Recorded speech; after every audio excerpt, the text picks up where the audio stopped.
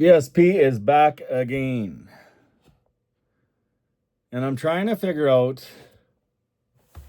where my love of music came from.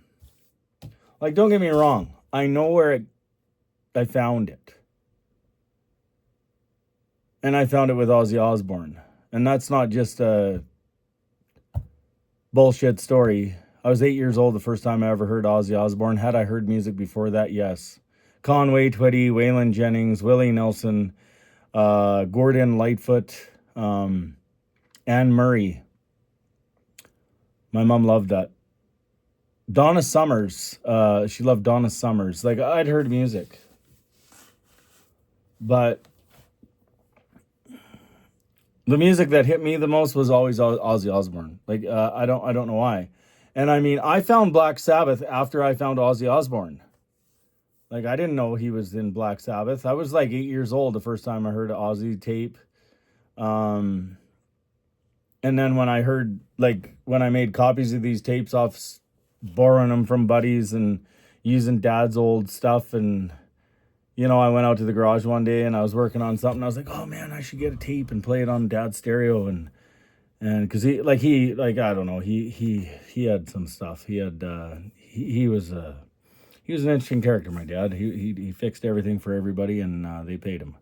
But they didn't always pay him in cash. Sometimes it was like Russia, where they give him coffee or they give him a 1010 Pioneer stereo. Imagine that. Yeah, they did. Someone did. And I remember he bought a pair of speakers off a guy whose wife was freaked out about these speakers. So he bought them he paid a little bit of money. My mom was pissed. He hid them in the garage, really. And they were Cerwin Vega. And they were AT-15s. And they were the first time I ever heard music. Literally.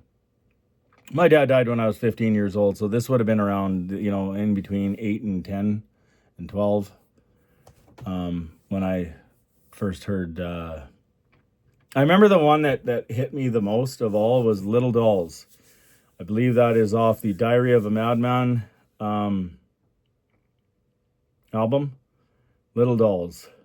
Because it opens with drums and drums and drums. And that 1010 Pioneer had 100 watts per channel. I've studied that thing. I don't have one. But I've studied the shit out of that thing. Because my mom gave it away when my dad died. And I was like, what are you doing? You know what I mean? And I mean, silver wasn't cool at that point. We had all black shit in the house. You know what I mean? Like, I've even got one of my dad's amps sitting there, a black one, that has absolutely no comparison.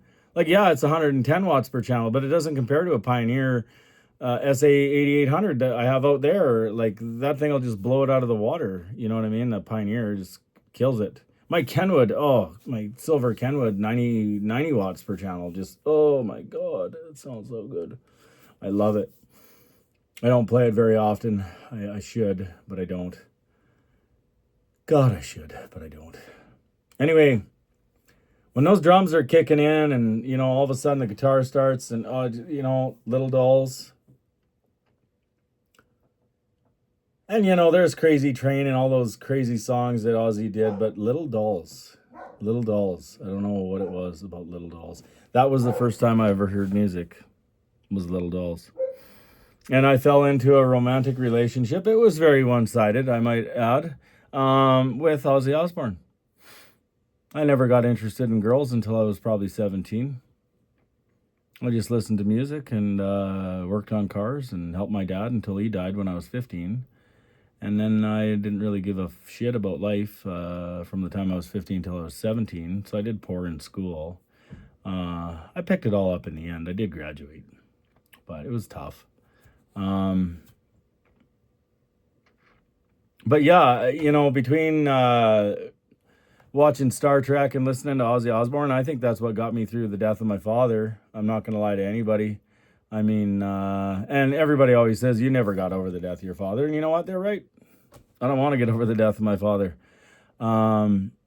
Which makes me think today that I don't even really want to get over the death of Ozzy Osbourne. Like, I don't. I like our relationship just the way it is, just like I like the relationship that my dad and I had just the way it was. It was great. we had a great relationship, and I like it just the way it is. I talk to him quite often. He was a poet, and I think that's why I like Maynard. Like, if you look at this, I've got a Rudyard Kipling book here. This was okay. Like, there's some names in here. H. Pritchett, that was my grandfather. Stephen Pritchett, that was his father.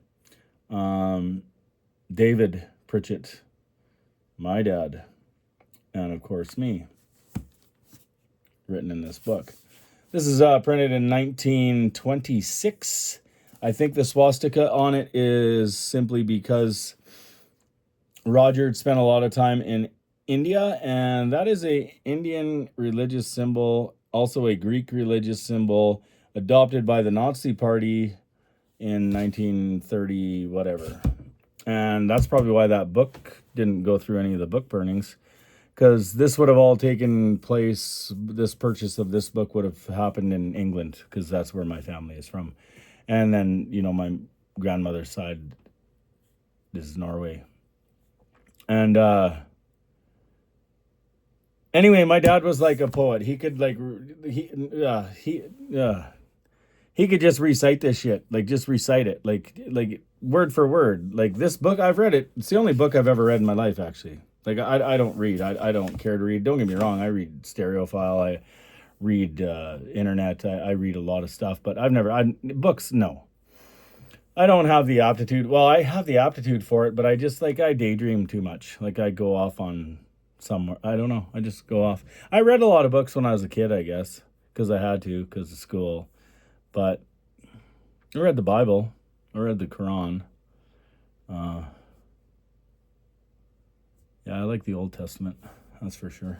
But that's why I think I like Tool so much, because, Maynard's a poet. You know what I mean? Like, don't get me wrong. He's like a sarcastic Englishman almost, kind of like my dad. If you've ever seen an interview with him, he's hard to read. You know what I mean?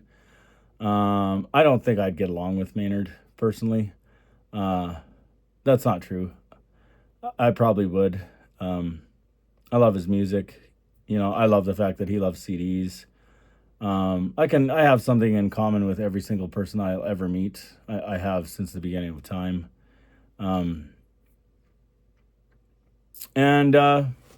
Music is, I think my brother and I are the closest in music.